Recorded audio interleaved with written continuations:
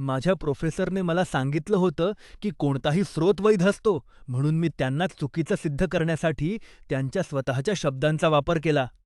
ही माझ्या 3ऱ्या वर्षातील रिसर्च मेथड्सच्या क्लासची गोष्ट आहे.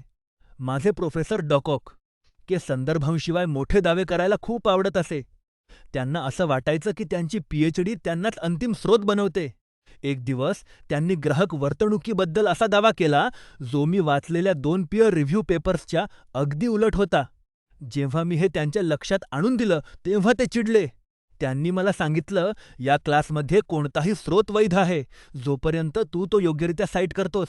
ठीक आहे, आव्हान स्वीकारले. माझ्या पुढच्या पेपरसाठी मी त्यांच्या दाव्याच्या अगदी उलट युक्तिवाद केला.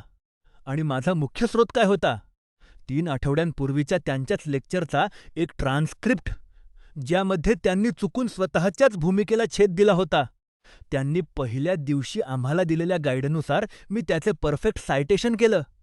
त्यांनी तो पेपर परत केला आणि त्यावर एक नोट लिहिली की युक्तिवाद प्रबळ आहे, पण सायटेशन स्वीकारार्ह नाही. मी हातात गाईड घेऊन त्यांच्या ऑफिसमध्ये गेलो. मी त्यांना फॉर्मॅट दाखवला. मी त्यांना तो कोड दाखवला. मी त्यांना विचारलं की नक्की कोणता नियम मी मोडला आहे. एका दीर्घ शांततेनंतर त्यांनी माझा ग्रेड बदलून A- केला. त्यांनी मला सांगितलं की सायटेशन तांत्रिकदृष्ट्या वैध आहे, पण ते चुकीच्या पद्धतीने वापरले आहे. आयुष्यात पहिल्यांदाच मला एका ग्रेडमुळे इतका समाधानकारक अनुभव आला.